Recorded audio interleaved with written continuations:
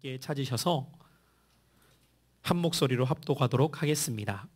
제가 가진 성경으로는 구약성경 287페이지입니다. 신명기 16장 9절부터 12절까지의 말씀입니다.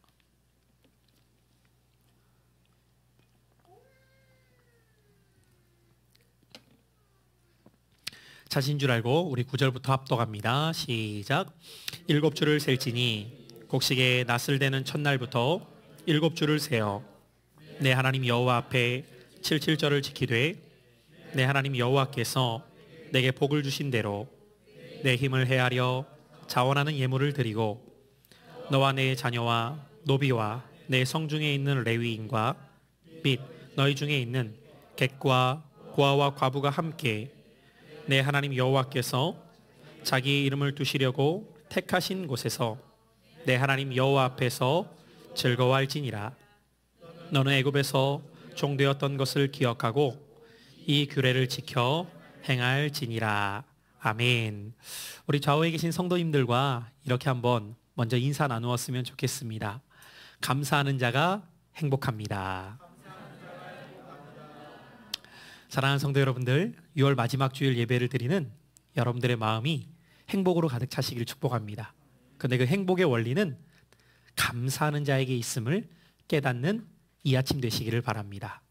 저는 이제 한 주 앞에 둔 맥주 감사절을 우리가 준비하면서 오늘 맥주절을 지키는 올바른 자세라는 말씀의 제목으로 하나님의 말씀을 선포할 때에 이 말씀이 여러분들에게 잘 깨달아지시고 심겨지는 주의 약속이 되시기를 바랍니다. 서울대 행복연구센터와 카카오 가치가 공동으로 조사해 책으로 발간한 About H 대한민국 행복 리포트 2019라는 책이 있습니다. 이 책에 보니까 그 중에 한 대목에 서울대 행복연구센터 최인철 교수를 비롯한 연구팀은 105만 명을 대상으로 광범위한 조사를 하게 됩니다. 굉장히 많은 수치죠. 그런데 이 조사의 결과 가운데 한 대목을 보니까 우리나라 20대와 30대 여성들, 이들의 모습 가운데 나타나는 특징이 무엇인가를 봤더니 물질주의가 가장 심하고 감사 지수가 가장 낮은 것으로 조사가 되었다고 해요. 최 교수는 20, 30대 여성의 신경증 경향이 가장 높았다고 하면서 20, 30대 여성은 감사하는 마음도 가장 낮은 것으로 조사가 되었습니다. 30대 남편들 조심하셔야 돼요. 신경증이 가장 높대요. 저희 교회는 특별히 30대 여성들이 퍼센테이지로 가장 많잖아요. 그런데 이 조사 결과를 보면서 여러 가지 생각을 저도 해보게 되었는데 특별히 그 가운데에서 물질에 덜 집착하고 감사함을 느끼며 정서가 안정되고 남과 자신을 덜 비교할수록 행복감을 느끼게 되는데 대한민국 사회 가운데 특별히 20, 30대는 그렇지 않은 성향이 굉장히 짙게 나타났다고 합니다. 그러다 보니 젊은 세대들 가운데에 행복감을 누리지 못하고 있는 것이죠. 오늘 혹시 예배를 드리는 20, 30대만이 아니라 여러분 안에는 얼마만큼 나는 행복함 가운데 하루하루를 살아가고 있는가 돌아보셨으면 좋겠어요. 그리고 내가 행복하지 못하다면 무엇 때문에 나는 지금 행복하지 못하다고 생각하고 있는가도 생각해 보셨으면 좋겠습니다. 사회학자 스탠리 박사는 현대 시대를 이렇게 이야기합니다. 현대 시대의 모든 사람들은 암보다 더 무서운 질병을 앓고 있다. 그것은 바로 감사 불감증이다. 여러분, 만약에 오늘날 누군가가 몸이 안 좋아서 병원에 갔는데 당신이 암입니다 라고 한다면 얼마나 충격을 받겠습니까? 그런데 암보다도 우리의 삶에 더 우리가 인지하지 못하고 그 위험 요소를 감지하지 못한 채 더 큰 질병을 안고 살아가고 있다는 거예요. 그것이 바로 감사 불감증이라는 병이라고 그는 이야기합니다. 이 병은 잘 드러나지 않기 때문에 이 병이 얼마나 우리 삶에 악영향을 끼치고 있는지조차 모른 채 살아가는 사람들이 많이 있는 것이죠. 여러분, 2020년도 어느덧 우리가 첫 주를 보낸 지 반년이라는 시간이 지나오고 있어요. 그리고 그 반년의 시간 속에 3분의 2 이상의 시간이 코로나를 지나오면서 보낸 시간들입니다. 과연 이 시간들 속에서 여러분은 얼마나 감사하는 마음을 갖고 지난 반년을 살아오고 계셨습니까? 오늘날 대부분의 사람들은 감사하지 못합니다. 그리고 그 감사하지 못하는 가장 큰 원인이 있다면 하루하루를 살아가면서 비교함 속에 그 비교 의식에 빠져 살아가다 보니 무엇인가 항상 불만족 속에 살아가고 있는 사람들의 모습을 발견하게 돼요. 내가 이것을 갖게 되면 나는 만족하고 감사할 것 같아 라고 생각 들다가도 막상 그것을 얻게 되면 그것에 대한 감사는 순간적으로 지나가 버린 채 또 다른 것을 갖지 못한 불만족이 내 안에서 일어나는 현대인들의 모습을 보게 됩니다. 그것을 제가 종종 이런 비유를 통해 말씀드렸을 때가 있었죠. 걸어 다녔던 사람은 자전거만 있으면 좋겠다라고 생각했는데 그렇게 해서 자전거를 얻게 되니까 오와 행복하다라고 하는 그 마음을 갖는 순간 오토바이가 지나가는 거죠. 그러면 그 만족은 순간 사라지고 감사가 아니라 저것을 갖지 못한 불만족이 내 안에 시작이 되는 거죠. 내가 살 곳이 없었던 사람은 월세방이라도 얻었으면 좋겠다 해서 월세방으로 들어가면 감사할 것 같은데 친구와 통화하는 중에 전셋집을 얻게 되었다는 이야기를 듣는 순간 불만족이 생겨나는 거죠. 여러분, 이것이 인간의 마음이에요. 내가 이것을 소유하면 만족할 것처럼 여기는 우리의 마음은 마치 잠언서의 비유로 말한다면 거머리와 같은 마음이 우리 안에 있어요. 거머리의 특징은 무엇입니까? 성경에 보니까 다고하느니라. 계속해서 무엇인가를 더 추구하고 요구하지만 만족할 수 없는 것이 거머리의 특징으로 잠언서는 설명하고 있어요. 그런데 그 마음이 우리 안에 다 있더라는 것이죠. 그러다 보니 우리는 하루하루를 살아가면서 행복합니다, 감사합니다 보다는 불만족 속에 불평과 원망이 끊이지 않는 삶을 살아갈 때가 많습니다. 그런데 성경은 그리스도인의 삶을 어떻게 살아가야 된다고 이야기합니까? 우리가 잘 아는 데살로니가전서 5장 18절은 이렇게 말씀하죠. 범사에 감사하라. 같이 한번 따라해 보실까요? 범사에 감사하라. 여러분, 신앙생활을 하는 우리들에게 있어서 무엇보다 중요한 것은 하나님의 뜻대로 살아가는 것입니다. 동의하시면 아멘 하십시오. 하나님의 뜻대로 살아가는 거예요. 그런데 하나님의 뜻 가운데 하나가 무엇입니까? 감사하는 거래요. 범사에 감사하라.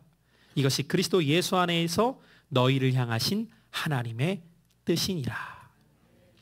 그렇다면 여러분, 우리는 매추감사절을 한 주 앞에 놓고 나는 과연 지난 반년을 하나님의 뜻대로 살았는가 돌아볼 때 다시 묻는다면 감사하며 살았는가? 라는 질문과 동일할 수 있다는 것이죠. 그래서 하나님께서는 우리가 감사하며 살아가는 자가 되도록 한 가지 장치를 걸어 놓으셨는데 그것이 구약 성경의 용어대로라면 절기를 지켜라 라고 말씀하신 겁니다. 여러분, 이제 다음 주일이 맥추감사 주일이에요. 그런데 여러분들, 우리가 무엇을 지켜나가는 것보다 더 중요한 것이 있다면 그것을 왜 지키는가에 대한 의미를 바로 아는 것이죠. 가끔씩 군대에서 우리가 군대에 대한 우스갯소리를 여러 가지로 할 때가 있잖아요. 뭐 부대장이 삽 하나 주고 그럼 파는 거예요. 하루 종일 파요. 근데 저녁 때가 돼서 또 묻어야 돼요. 왜 팠지? 왜 묻어야 되지? 왜 다시 덮어야 되지? 묻지 말라는 거죠. 우스갯소리로 지어낸 말 같지만 우리가 신앙생활하면서 아무런 생각 없이 그냥 행하고 있기 때문에 따라가는 신앙이 되어서는 안 됩니다. 그것을 왜 하는가에 대한 의미를 바로 알고 아는 것에서 끝나는 것이 아니라 그 알면 바른 행동으로 이어지기 위함이 되도록 우리는 절기 하나를 지키더라도 이것을 왜 지켜나가는가를 바로 알고 그것을 그냥 한번 맥추감사 주일이니까 맥추감사헌금 한번 하라는 건가 보다 이런 논리로서 단순하게 생각하는 것이 아니라 그 의미를 바로 알고 바로 행함으로 저와 여러분들에게 부어주시는 하나님의 은혜가 더욱 크게 임하는 신앙이 될 수 있기를 바랍니다. 자, 그렇다면 우리는 이 맥추감사주의를 왜 지키는가에 대해서 생각해 보면서 바로 알고 바로 지켜나가는 신앙이 되어야 되는데 우선 우리가 이 왜 맥추감사절을 지키는가에 대해서 우리가 깨닫기 위해서는 하나님께서 우리에게 절기를 주신 의미를 바로 알아야 되겠죠. 여러분 이 절기라고 하는 말은 제가 작년에도 여러분들에게 한번 가르쳐 드렸던 것 같은데 히브리 용어로 모에드라고 하는 단어를 사용하고 있습니다. 근데 이 모에드라고 하는 단어는 절기라고 번역이 되었지만 이 말은 하나님께서 정해 놓으신 시간이라는 의미가 그 안에 담겨져 있어요.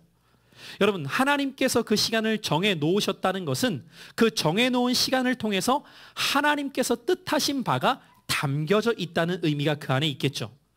그래서 이 절기 속에는 하나님의 시간표가 담겨져 있다는 것을 아셔야 됩니다. 여러분 어린 시절에 여러분들이 방학이 되면 시간표를 이렇게 만들어 놓으셨죠. 그리고 여러분들 9시부터 10시까지는 이런 시간, 10시부터 11시까지는 이런 시간 이렇게 시간표를 짜면서 여러분들이 그 시간표대로 행하는 목적이 있을 거예요. 왜 여러분들이 시간표를 짜는지 그리고 왜 시간표대로 행하려고 하는지에 대한 목적이 있단 말이죠. 결국 그 목적은 나에게 유익되도록 하기 위함이죠. 하나님께서 이 절기를 통해서 우리에게 가르쳐 주시고자 했던 바가 무엇이냐면 하나님의 시간표를 따라 행하는 우리의 삶을 통해 우리의 삶이 더 유익되도록 하시기 위한 하나님의 뜻이 담겨져 있다는 것입니다. 여러분 아시다시피 이스라엘에는 대표적인 3대 절기가 있어요. 더 세분화시키면 7대 절기라고 말하는데 그 3대 절기를 유월절, 맥추절, 수장절이라고 이야기합니다. 그 가운데서 여러분들 이 맥추절 이제 우리가 다음 주에 지키는 절기는 엄밀히 말하면 오늘날 한국교회가 지키는 맥추절과 성경에서 구약시대에 지켜왔던 맥추절의 시간적 간극이 좀 있어요.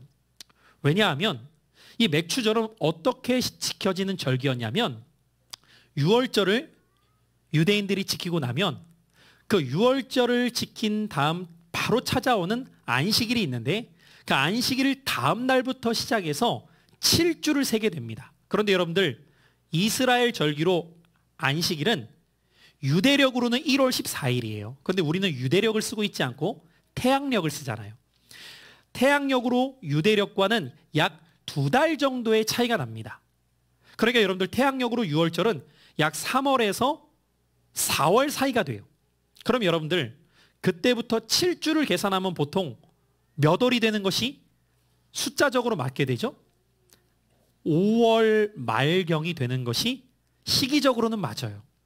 그런데 한국교회는 지금 5월 말경이 아니라 7월 첫 주를 맥추감사주일이라는 절기로 지키고 있어요. 이것은 성경의 시간을 쫓아서 지금 맥추절을 지키는 것이 아니라 우리나라에 복음이 들어오게 되었을 때에 우리나라의 농경사회에 맞는 그 신앙을 입히다 보니까 우리나라의 농경사회 속에서는 어르신들은 알 거예요. 이모작을 해왔었죠. 그래서 맥추를 거두는 그러니까 보리를 거두는 첫 번째 수확이 있었고 쌀을 거두는 두 번째 수확이 있었어요. 그런 우리나라 문화에 맞게끔 그 절기를 적용하다 보니까 7월 첫 주일을 맥추감사주일로 한국교회는 지켜오게 된 거예요.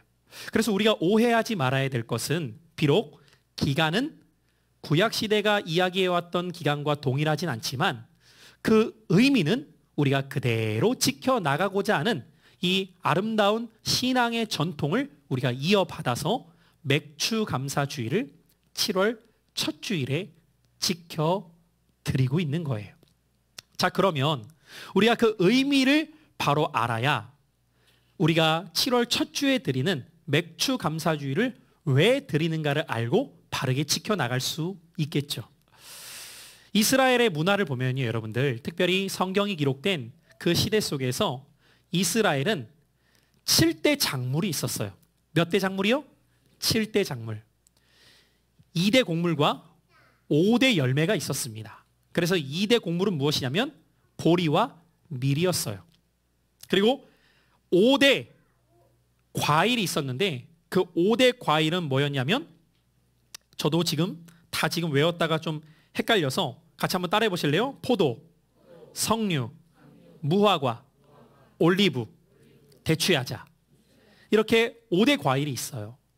이 7대의 작물을 하나님께서 이스라엘 백성들에게 허락해 주셔서 그들이 수확하며 한 해를 즐거움 가운데 살아갈 수 있도록 베풀어 주신 축복이었습니다. 그런데 여러분들, 우리가 이스라엘의 역사를 알지만 그들이 애굽에서 있었다가 이제 출애굽하여서 광야의 시간을 거치고 가나안 땅에 들어가게 되었을 때 그들은 농사를 지었던 문화가 아니었어요. 그리고 광야에서 오랜 시간 동안 유랑민으로 지내왔기 때문에 가나안 땅의 농사법도 알지 못하는 상태였습니다. 근데 하나님께서는 이스라엘 백성들에게 뭐라고 말씀하셨냐면, 너희가 들어가는 첫 해에는 그 땅의 소산을 내가 거저줄 것이다. 거저주시는 은혜를 시작으로 해서 그들이 해마다 농사를 행하게 될 때 하나님께서 뭐라고 약속하셨냐면, 내가 너희들에게 풍성한 결실이 있게 할 것이다. 약속해 주신 거예요. 저는 이 이스라엘에게 주신 약속을 보면서 우리의 삶으로 적용해 보게 될 때, 여러분들이 이 땅에 태어나는 순간 여러분들이 가지고 온 것이 단 한 가지도 없다는 것을 아실 겁니다. 이제 출산한 우리 집사님들이나 앞으로 출산을 준비하는 엄마 아빠들의 모습을 보니까 제법 분주한 것 같더라고요. 자녀 출산을 앞에 놓고 이것도 구입하고 저것도 사고 그것도 준비하고, 여러분, 그게 부모의 사랑입니다. 자녀는 태어나는 순간부터 평생을 부모의 사랑을 먹고 살아가게 되어 있어요. 마치 하나님 아버지께서 그 자녀들인 저와 여러분들을 사랑하시기 때문에 모든 것을 준비해 놓으신 것과 동일해요. 그래서 하나님께서 그들에게 베풀어 주시면서 하나님이 그 백성들에게 요구하셨던 삶은 단 한 가지였습니다. 그 한 가지가 무엇이었느냐? 따라해 보실까요? 감사하라. 다른 것이 아니었어요. 하나님께서 베풀어 주신 이 모든 것들을 감사하라고 하는 그 한 가지를 바라보셨던 것이죠. 그래서 절기를 통해서 하나님께서는 왜 이들에게 절기를 지키라고 명하셨냐면, 너희들에게 이 모든 것들을 베풀어 주신 분이 누구이신가를 잊지 말고 이 절기를 지켜나가면서 하나님이 너희들에게 행하신 일을 먼저 기억하고 그 기억함 속에서 감사하는 신앙을 갖고 살아가라 라고 가르쳐 주신 하나님의 시간표가 절기였다는 것입니다. 사랑하는 성도 여러분들, 이 7주간의 시간은 이스라엘의 농경 문화 속에서 매우 중요한 시간들이에요. 왜냐하면 이 7주간의 시간 동안 날씨가 도와주지 않으면 그들이 추수할 곡식들이, 또한 과일들이 아름답게 연그러지지 못하고 잘 자라나지 못해서 풍년을 거둘 수가 없었던 거예요. 그래서 이 6월절 지난 안식일 다음 날부터 7주간의 시간을 그들은 보내면서 하루하루를 카운트하기 시작해요. 이 카운트하는 수를 그들은 오메르라고 불렀는데 50부터 하루하루를 줄여가는 거예요. 50, 49, 48, 47, 46 하루하루를 그들이 지내오면서 카운트를 줄여가면서 그 시간들을 어떠한 시간으로 보냈느냐? 하나님께 기도를 올려드리는 거예요. 그런데 그 기도의 내용은 어떤 기도를 올려드리냐면, 하나님, 이 모든 것이 하나님의 은혜 가운데 우리에게 주어진 것을 우리가 고백합니다. 하나님께서 올해도 우리에게 이 모든 것들 가운데에 풍년을 주실 것을 믿습니다. 그러한 마음을 가지고 하루하루를 카운트하면서 하나님께 감사 기도를 올려드리고 이 시기를 보내는 겁니다. 그리고 이 시기 속에서 하나님께서는 그들에게 좋은 날씨를 허락해 주시는 거예요. 때로는 북서풍이 불게 하시고 때로는 남동풍이 불게 하셔서 그때 가장 필요한 날씨와 일기를 주장해 주셔서 하나님께서 그 땅에 풍년을 허락해 주셨던 거죠. 여러분, 우리나라도 여전히 도시화가 많이 되어 있지만 농경사회가 한편에서는 지속되고 있죠. 농사를 여전히 짓고 계시는 분들이 많아요. 그런데 여러분들, 농사를 짓는 분들이 가장 허탕스러울 때가 언제냐? 애쓰고 힘써서 모든 노력을 기울였는데 장마가 제때에 오지 않던가, 아니면 수확기가 다 됐는데 태풍이 와서 낙과된다고 하죠. 한 해 동안 열심을 다해 수고했는데 태풍으로 다 떨어져 버리는 거예요. 여러분, 종종 우리가 미디어를 통해서 그런 뉴스를 접할 때가 있잖아요. 하루 종일 농사를 지은 그 농부들이 망연자실한 모습으로 일기예보가 도와주지 않고 자연이 도와주지 않아서 한 해의 농사를 다 망치게 되었다는 이야기를 들을 때에 그 상실감은 경험해보지 않은 분들은 몰라요. 제가 저희 부모님 세대에게 가끔씩 들었던 이야기 중에 하나가 무엇이었냐면, 사람이 하는 일 중에 가장 힘든 일을 꼽으라면 농사다, 이런 말씀을 하실 만큼 농사는 해보지 않은 분들은 말도 말아야 됩니다. 저도 제대로 농사를 경험해 본 적도 없죠. 가끔씩 단기 선교, 농어촌 선교 갈 때 거기에서 여러분, 농어촌 선교는 다른 걸 도울 게 없어요. 가면 그냥 농사 도와주는 거예요. 아침에 일찍 일어나서 그냥 번거지 같은 거 하나 쓰고, 밥 매는 거 이렇게 하라 그러면 그렇게 좀 해드리고, 저렇게 해라 그러면 좀 저렇게 해드리고. 근데 그 몇 시간을 하는데도 거의 내 몸에 있는 모든 에너지가 다 빠져나가는 듯한 느낌을 받아요. 그런데 여러분, 그렇게 애쓰고 힘썼는데 일기가 도와주지 않는다, 날씨가 도와주지 않는다, 그래서 농사를 허탕치게 된다. 그 허탈함이 얼마나 크겠어요. 그러니까 여러분들, 이 7주간을 보내는 농부의 심경은 하루하루가 하나님의 절대적인 도우심을 구하며 살아갈 수밖에 없는 거예요. 자, 그리고 그렇게 해서 드디어 7주가 지난 다음에 보리를 수확하고, 그 보리를 수확한 기쁨과 함께 이 5대 과실이 아름답게 연결어가는 모습을 지켜보는 농부의 마음은 기쁨으로 가득 차는 거죠. 그런데 그 기쁨이 가득 찬 농부들을 향해서 하나님은 뭐라고 말씀하시냐면, 그냥 기뻐하지 말고 너희들에게 이 모든 결실을 주시는 분이 누구이신가를 잊지 말아라. 그것을 잊지 않는 의미가 바로 절기를 지키는 것이다 라고 말씀해주고 계시는 것이죠. 그래서 여러분들, 오늘 함께 읽은 본문 9절의 말씀 같이 한번 읽어볼까요? 9절입니다. 시작.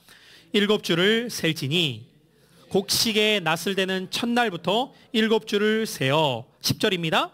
내 하나님 여호와 앞에 77절을 지키되. 자, 내 하나님 여호와 앞에 뭘 지키라고요?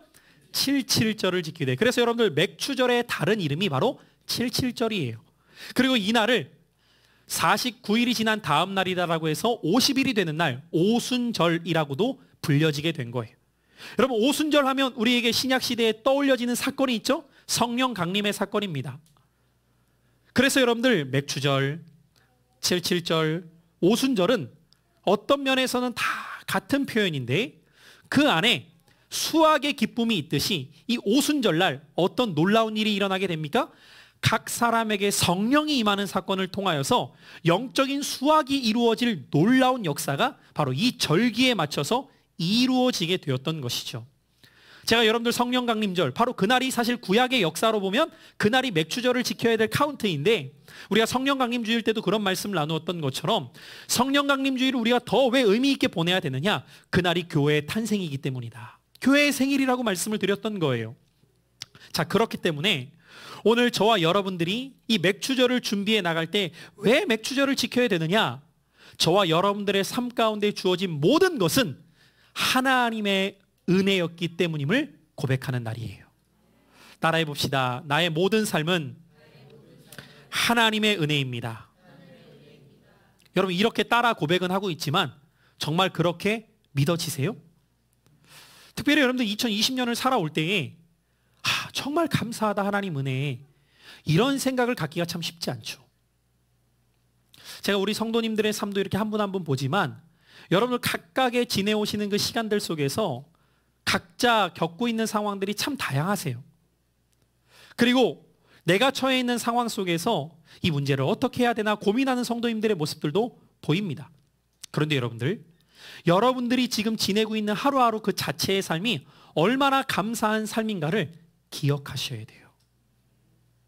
제가 오늘 말씀을 준비하다가 여기저기 자료를 찾아보는 가운데에서 우연찮게 하나의 글을 보게 되었는데, 그 글은 코로나에 걸린 한 젊은 엄마의 글이었어요.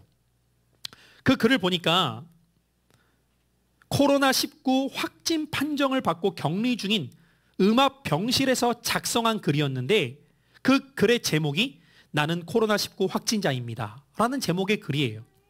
그리고 이게 무슨 내용인가 쭉 읽어봤더니 코로나19 확진 과정에서부터 병원에서 격리 생활을 하는 가운데의 여정을 글로써 기록한 내용이더라고요. 이 글을 쓴 엄마는 자녀가 둘이 있는데 그 자녀가 6살과 갓 100일이 지난 아이예요. 그런데 여러분들 아시다시피 코로나에 걸리면 어떻게 돼요? 격리가 된단 말이에요. 그런 갓난 아이를 놓고 엄마가 음압병실에 들어가서 생이별 가운데에 시간을 보내야 되는 거죠. 이 엄마의 글을 보니까 회사 동료로부터 먼저 남편이 감염이 된 거예요. 그러니까 이 자녀들은 그러면 아빠도 없이 엄마도 없이 지금 지내야 되는 상황이 돼버리는 거죠. 아빠가 먼저 감염이 되었고 남편이 병원으로 이송이 된 그날 새벽에 아무런 증상이 나타나지 않았던 자신도 검사를 받으라는 그 문자를 받고 검사를 했더니 자기도 확진 판정을 받게 된 겁니다. 그래서 남편과 아내 모두가 다 그 어린 자녀들을 놓고 각각 다른 병원에서 음압병동에 어떻게 보면 격리가 된 거죠. 다행히 아이들도 검사를 해보니까 아이들은 음성이 나온 거예요. 급하게 친정 엄마가 아이들을 데리러 집에 왔고 글쓴이는 아이들에게 엄마가 코로나에 걸렸다고 설명을 해줘요. 근데 뭐 100일 된 아이가 뭘 알아듣겠어요. 엄마가 코로나야. 뭘 알아듣겠어요. 못 알아듣죠. 그녀는 아직 어린 아이들과 어떻게 떨어져서 지내나 하는 생각에 머리가 새하얘졌다고 이야기합니다. 음압병동에 격리된 글쓴이는 아이들의 걱정에 그날 밤 뜬 눈으로 밤을 새우게 됩니다. 여러분 그도 그럴 것이 이제 막 100일밖에 되지 않은 아이를 집에 그냥 두고 자기가 지금 이렇게 격리되어 있으니 잠이 오겠어요?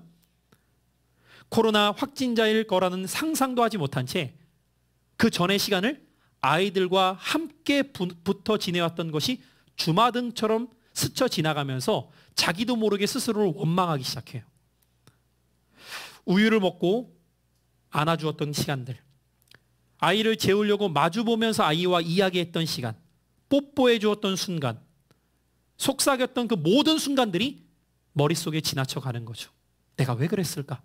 여러분 알았으면 그랬겠어요? 본인도 모르니까 그렇게 했던 거죠. 그러면서 내가 코로나 바이러스를 전파했을 수도 있을 가능성에 마음이 메어져 왔다고 털어놉니다. 무엇보다 이 코로나19 자체의 두려움보다 가족들과의 격리 생활과 추가 감염 가능성의 불안함이 더 견디기 힘들게 만들었다는 거예요. 여러분 코로나 확진 판정을 받은 분들의 이야기를 들어보면 하나같이 무슨 이야기를 하냐면 혹시 나 때문에 또 누군가가 걸렸을 거라는 그 두려움이 더 크다는 이야기들을 참 많이 하더라고요.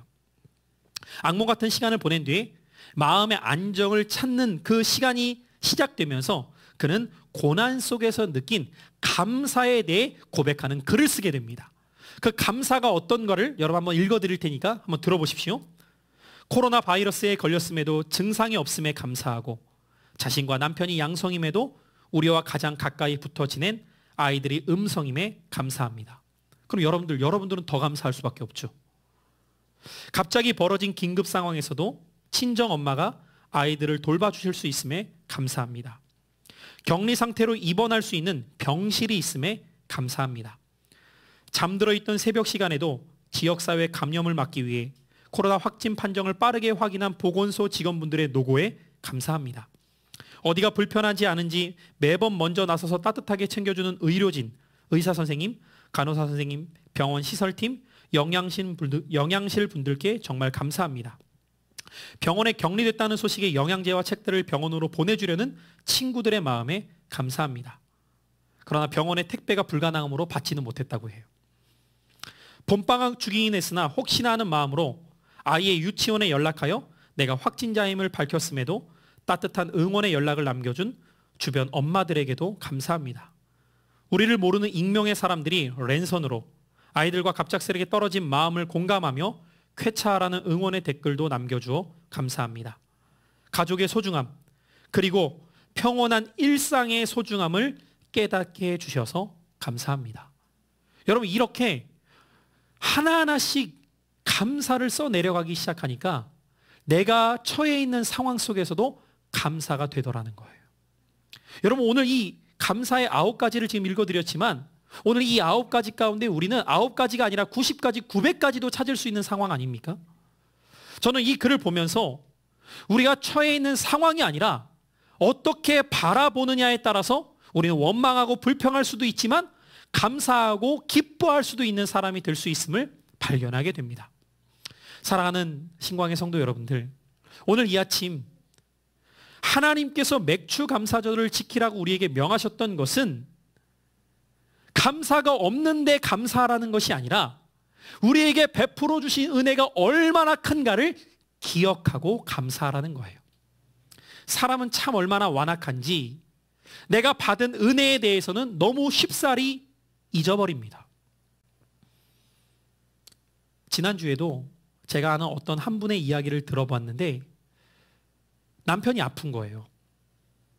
그래서 서울대 병원을 가게 되었는데 거기가 어린이 병동하고 붙어 있었나 봐요. 그 병원에서 3, 40분가량을 이제 남편의 검사 시간 동안 앉아서 기다려야 되잖아요. 기다리면서 내가 이렇게 그냥 건강하게 걸어 다니는 것이 얼마나 감사한가를 절로 깨닫게 되더라는 거죠. 여러분, 지금도 병원에 가보십시오. 수많은 분들이 이름 모를 병을 비롯하여서 이곳저곳 아픈 일들 때문에 여기저기 호스를 달고 검사를 받고 치료를 받으며 완치되지 못해서 병원에 머무르는 분들이 얼마나 많은지 몰라요. 그런데 우리는 내 다리를 가지고 건강한 몸으로 돌아다닐 수 있다는 것. 이 한 가지 사실만 보더라도 하나님의 은혜구나 깨달을 수밖에 없는 것이죠. 사랑하는 성도 여러분들, 오늘 여러분 안에는 얼마나 감사하는 마음을 갖고 살아가십니까? 하나님께서는 저와 여러분들에게 절기를 지키라고 명하신 이유는 왜 절기를 지키라고 말씀하셨냐면 그 절기를 통해서 하나님의 은혜를 기억하라는 거예요. 그리고 하나님의 은혜를 하나하나 우리가 기억하다 보면 자연스럽게 나올 수밖에 없는 고백은 하나님 감사합니다. 이 고백이 나올 수밖에 없어요. 그런데 여러분들, 오늘 77절을 지키라고 명하셨을 때 10절 말씀해 보니까 정말 하나님께 감사하는 자에게 나타나는 모습을 뭐라고 말씀하시냐면, 우리 다시 한번 10절을 처음부터 읽어보죠. 시작. 내 하나님 여호와 앞에 77절을 지키되 내 하나님 여호와께서 내게 복을 주신 대로 내 힘을 헤아려 자원하는 예물을. 여러분, 많은 분들이 이 드리라 라는 말씀을 보면 부담부터 갖는 분들이 계세요. 근데 여러분들, 이 10절의 방점은 예물을 드리라에 있지 않아요. 10절의 방점은 어디에 있냐면 내게 복을 주신 대로. 따라해 봅시다. 복을 주신 대로. 그러니까 여러분들, 누가 기쁨으로 드려요? 하나님께서 내게 주신 은혜를 기억하고 감사하는 자는 기쁨으로 드리게 되어 있단 말이에요. 근데 우리는 왜 이런 절기를 앞에 두고 감사합시다, 예물을 준비해서 드립시다 라고 하면 부담부터 갖냐면 기억의 시간이 없기 때문이에요. 받은 복을 헤아려 보는 시간이 없는 상태로 그냥 형식적으로 절기가 되었을 때 안 드릴 수도 없고 드리자니 불편하고 이런 상황을 늘 마주하는 분들이 계신단 말이죠. 사랑하는 성도 여러분들, 여러분들이 2020년 맥주 감사주의를 앞에 놓고 저는 바라기는 이 한 주간이 여러분들로 하여금 받은 복을 헤아려 보는 시간이 될 수 있기를 바랍니다. 그래서 이 말씀을 한 주 앞에 먼저 드리는 거예요. 왜? 형식적으로 그냥 절기를 지키라고 하니까, 그냥 뭔지는 잘 모르겠지만 그냥 지키라고 하니까 그런가 보다 이렇게 넘어가는 분들이 많이 계시기 때문이에요. 여러분, 하나님은 저와 여러분들에게 이 절기를 통해서 드리라고 하시는 것은 하나님이 뭔가 부족해서 그렇게 말씀하시는 분이 아니란 말이죠. 제가 오늘도 말씀을 준비하면서 곰곰이 생각을 해봤어요. 왜 하나님은 우리에게 자꾸 드리라고 하시는 말씀을 전해주고 계시는 걸까? 왜 드리라고 하실까? 그분은 부족함이 없는데 이 말씀을 묵상하는 가운데에서 저에게 오버랩된 사건 하나가 그냥 딱 자연스럽게 떠올려지더라고요. 그 사건이 무엇이었냐면 지난 5월 8일 어버이날이었어요. 저희 교회 성도님들한테도 일전에 한번 제가 말씀을 드렸지만 그날이 금요일이었거든요. 근데 금요 예배를 가기 전부터 우리 자녀가 이렇게 이야기를 하더라고요. 아빠, 오늘 금요 예배 길어요? 그래서 왜? 그랬더니 오늘은 빨리 집에 오셨으면 좋겠어요. 먼저 이야기를 하는 거예요. 그래서 왜 그러냐니까 준비한 순서가 있대요. 어버이날 준비한 순서가 있으시니까 빨리 끝나면 오시라는 거예요. 그래서 알겠다. 그리고 예배를 여차여차 마치고 기도까지 마치니까 한 10시 50분 되더라고요. 그래서 아이들과 함께 집으로 갔더니 집에 도착하니까 11시 반이에요. 다행히 어버이날은 아직 넘어가지 않았어요. 11시 반쯤이 되었더니 여차여차 자기들 빨리 놀이방으로 오라는 거예요. 갔더니 화이트보드를 앞에 놓고 풍선을 붙여놓고 이미 글귀를 다 써놓은 거예요. 뭐 어버이 은혜를 비롯해서 뭐 이것저것 쓴 다음에 식순을 써놨어요. 야, 순서를 보니까 야, 이거 다 하려면 얼마나 걸렸더니 그러더니 한 40분이요 이렇게 얘기하는 거예요. 놀랬어요. 40분이나 공연을 한다는 생각에. 보신 분들은 알 거예요. 제가 하도 어이가 없고 기특하기도 해서 실시간 라이브 스트리밍을 제가 그때 했거든요. 진짜 한 30분 이상을 했어요, 아이들이. 보면서 하나하나 막 공연 나왔다 들어갔다가 노래를 했다가 글을 읽었다가 막 자기들끼리 막 공연을 해주는데 하나하나 보면서 그냥 그게 너무 기특한 거예요. 이걸 준비한 그 자체만으로도 너무 이쁜 거죠. 부모님께 감사하다는 거예요, 지금 자기들이. 그래서 이제 여차여차 공연이 다 마치고 이제 마지막 순서라는 거예요. 선물 전달식이 있겠습니다. 그러면서 좌우에 날개인 하율, 하원 등장. 꽃을 하나씩 들고 한 명은 저에게, 한 명은 엄마에게 주면서 감사하다고. 그러면서 이제 끝난 줄 알았어요. 거기까지만 해도 너무 고마웠는데 우리 첫째 딸이 선물 하나를 들고 봉투 하나를 들고 오는 거예요. 그리고 저는 처음에 편지 봉투인가 했더니 돈 봉투인 거예요. 여러분 여쭤볼게요. 얼마 들어있었을까요? 아시네요? 저는 진짜 몇천 원 넣나 했어요, 처음에. 열어보고 제가 진짜 깜짝 놀랐어요. 10만 원을 넣은 거예요. 초등학교 3학년인데. 얘가 이걸 할아버지, 할머니한테 받거나 여차저차해서 누군가 용돈을 줄 때 다 모았던 거예요. 안 쓰고. 모은 걸 가지고 그걸 부모님께 주는데 여러분 중고등학생에게도 10만 원 받기 쉽지 않습니다. 그런데 제가 더 놀란 건 여러분 왜 10만 원 줬는지 아세요? 저희가 결혼 10년 됐거든요. 그리고 본인이 10살이에요.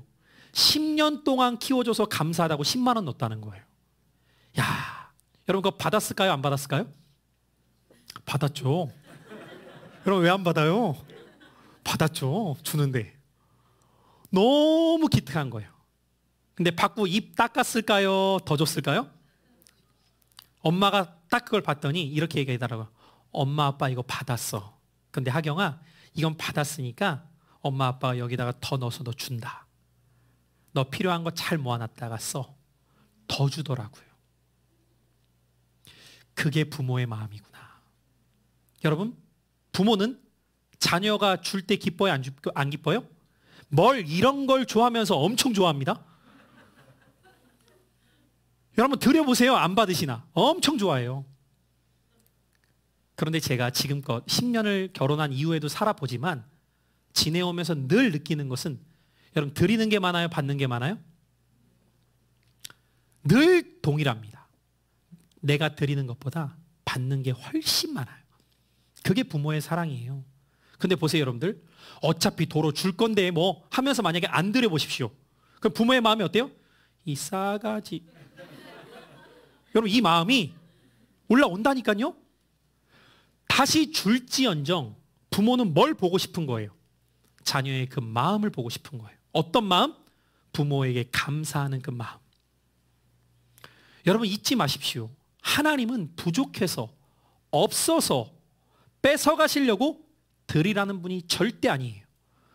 근데 우리는 신앙생활하면서 이 원리를 늘 내 편에서 생각하다 보니까 이해하실 거야. 내가 없는데 뭐. 아니요 여러분들.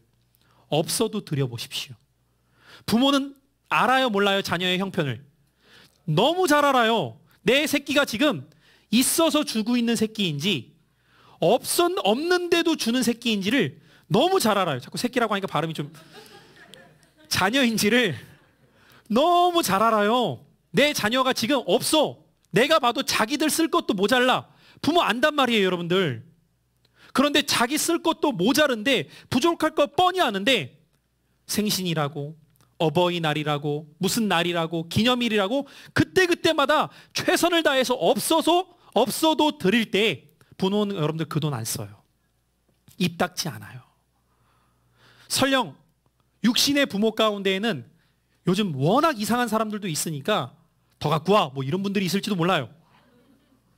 그러나 여러분들 기본적으로 부모의 사랑은 무엇이냐면 자녀의 형편을 알고 내 모든 형편을 아시는 그 부모께서는 어떻게 하든지 간에 자녀를 돕기를 바란단 말이에요. 제가 어느 권사님 한 분을 아는데 이분이 자녀가 여러분이 계세요. 그런데 자녀가 다 잘 살아요. 근데 한 자녀가 어려움 가운데 있단 말이에요. 그럼 이 권사님의 특징은 뭐냐면 그 잘 사는 부모들이 엄마 쓰세요 이것저것 가져다 주면 그걸 안 쓰는 거예요. 다 모아놨다가 그 어려운 새끼 찾아가면 그냥 주고 오는 거예요. 여러분 그게 부모예요. 하물며 하나님 아버지께서 여러분 형편 모르시겠어요? 야 맥주 감사주일이다. 야 친구나 힘들지. 올해는 스킵해. 여러분 하나님 아버지가 다 아신단 말이에요. 뭘 그렇게 가져오려고 하냐. 근데 하나님 아버지는 아시는데 자기가 먼저 선수 쳐. 전화를 해서 엄마 알지? 나 요즘 힘들어. 기대하지 마. 올해는 건너뛰는 거야? 그럼 여러분들 부모가 알면서도 어때요? 그걸 왜 지 입으로 얘기해서 지가 깎아먹나. 내 반대. 만약에 내가 그렇게 힘든데 어머니 죄송해요. 제가 올해는 더 드리고 싶은데 힘껏 한다는 것이 이런 상황이네요. 기도해 주세요. 제가 내년에는 더 잘 섬길게요. 그럼 여러분 부모가 그 모습을 볼 때 에게! 여러분 이런 부모 있어요? 봤어요? 없어요. 부모는 드린 것을 보는 게 아니라 내 형편 속에서 어떻게 드렸냐를 보는 거예요. 여러분 10만 원이 같은 10만 원이에요? 100만 원이 같은 100만 원이에요? 저도 여러분 이번에 익산을 한번 다녀왔어요. 지난번에. 그런데 여러분들 뭐 제 형편이라고 뭐 넉넉하겠어요 요즘 상황에? 근데 갔더니 우리 장인어른 장모님이 앉아 계시는 소파가 낡은 게 제 눈에 들어온 거예요. 너무 헤어져 버리신 거예요 소파가. 그래서 계획도 없이 갔죠. 무슨 뭐 제가 갈 때부터 소파를 해드려야지 뭐 이런 마음으로 간 게 아니거든요. 너무 헤어져 계시는 거예요. 그래서 장모님한테 좀 이렇게 바꾸셔야 될 것 같다고. 그랬더니 하시는 말씀이 그렇지 않아도 이제 장인어른이 좀 소파를 불편해 하시기 때문에 바꿀 생각을 하고 있었는데 한번 같이 가러 보자고. 가서 한번 어떤 게 좋은가 같이 좀 가달라고. 이제 장모님은 본인이 사실 생각을 하고 간 거예요. 누가 샀을까요? 그때 사위가 필요한 거예요 여러분들. 그래서 제가 이제 마음에 드신 걸 딱 보라고 한 다음에 나가 계시라고 잠깐. 사장하고 잠깐 얘기 좀 할 테니까 나가 계시라고. 그리고 제가 결제했어요 그냥 할부로. 좋아하셨을까요? 안 좋아하셨을까요? 소파가 들어온 날 장인어른이 사진을 찍어서 저에게 카톡으로 넣으셨어요. 고맙네 사위. 그걸 보는데 제가 참 감사한 거예요. 나도 형편이 넉넉진 않지만 해드릴 수 있음의 그 기쁨이 해본 자는 알아요. 그런데 여러분들 전 또 뭘 아는지 아세요? 제가 이렇게 해드리는 것보다 더 많은 사랑을 받아오는 것을 알아요. 사랑하는 성도 여러분들 기억하십시오. 하나님은 여러분들의 형편을 아세요. 알지만 여러분들이 힘에 닿도록 먼저 하나님께 드리려고 하고 드릴 때에 하나님께서 여러분들의 삶을 어떻게 은혜를 베푸시는가를 경험하는 것이 살아있는 신앙인 거예요. 그래서 여러분들 저는 마지막으로 적용의 말씀을 드리고 오늘 말씀을 마무리하려고 해요. 한 주간 동안 여러분들 절대로 맥주감사주일 형식적으로 지키려고 하지 마세요. 그러려면 어떻게 하셔야 돼요? 받은 복을 헤아리셔야 돼요. 이번 주 여러분들 적용이에요. 한 주 동안 여러분들이 하루에 한 가지 이상씩. 몇 가지? 한 가지 이상씩. 여러분들 뭐 글로 쓰지 못해도 좋아요. 여러분 스마트폰 다 있잖아요. 여러분 거기 메모장에다가 하루에 한 가지씩이라도 하나님의 은혜에 감사한 걸 써보세요. 그럼 여러분들 아무리 못해도 6가지는 발견할 거예요. 그렇죠? 그리고 토요일이 되었을 때에는 그 감사 제목을 보시면서 나는 이번 맥주감사주일날 오늘 말씀이 말하잖아요. 내게 복을 주신 대로 내 힘을 헤아려 힘을 다하여 자원하는 예물을 드려라. 어떤 예물이요? 자원이 중요해요. 여러분들 억지로 하지 마시라고요. 절대로. 형식적으로도 하지 마세요. 여러분들 하나님 가난하신 분 아니란 말이에요. 여러분들 때로는 부모님들이 그런 말을 해요. 받고도 기분 나쁜 돈이 있대요. 받고도. 엄마 써? 받고도 기분 나쁘더래요. 받고도. 열어보니까 이거 완전히 체면치레야. 여러분 부모도 알아요. 이게 체면치레 때문에 주는 건지 정말 부모에게 효심으로 감사하면서 드리는 건지 부모도 안단 말이에요. 하물며 하나님 아버지가 모르시겠어요. 여러분들 그걸? 절대로 억지로나 형식적으로 하려면 하지 마세요. 자원함으로 힘을 헤아려. 그러려면 어떻게 하셔야 된다고요? 한 주 동안 기억하셔야 돼요. 그리고 토요일날 여러분들 스스로가 자문자답 해보세요. 나는 이번 맥주감사주일날 하나님께 얼마의 예물을 드릴 것인가? 얼마에? 여러분 오해하지 말고 들으세요. 제가 가끔씩 우리 성도님들의 신앙을 점검하기 위해서 헌금 내역을 볼 때가 있단 말이에요. 그런데 절기 때 특별히 드리는 분들의 모습을 볼 때 어떤 분은 이분은 정말 마음을 담아서 준비하시는구나. 근데 어떤 분은 완전 형식이에요. 제가 그걸 판단할 수는 없지만 보면 안단 말이에요. 이건 그냥 체면치레구나. 아니에요. 여러분들 하나님은 그런 예물을 기뻐하지 않으세요. 목사가 헌금 설교하는 것 참 부담스러운 일이에요. 그러나 여러분들 이건 헌금을 걷기 위함이 아니라 여러분들에게 하나님의 은혜의 원리를 가르쳐 드리기 위해서 오늘 이 말씀을 드리는 거니까요. 오해하지 마시고 여러분들이 이 한 주 동안 앞에 있는 기억하는 시간을 갖지 못하면 아무리 맥주감사주의를 얘기해도 그냥 지나가는 절기예요. 오늘 마음 가운데 반년을 돌아보십시오. 1월부터 여기까지 우리가 병원 한 번만 가더라도 이것저것 검사하는데 여러분 얼마 나와요? 보통 몇십만 원 그냥 쑥쑥 나가잖아요. 나의 건강 지켜주셨고 믿음 생활할 수 있도록 해주셨고 하루하루 내 삶 가운데 살아갈 수 있는 힘을 공급하셨지. 기억하며 2020년 맥주감사주일이 우리에게 참된 감사 주일이 될 수 있기를 주님의 이름으로 축원합니다.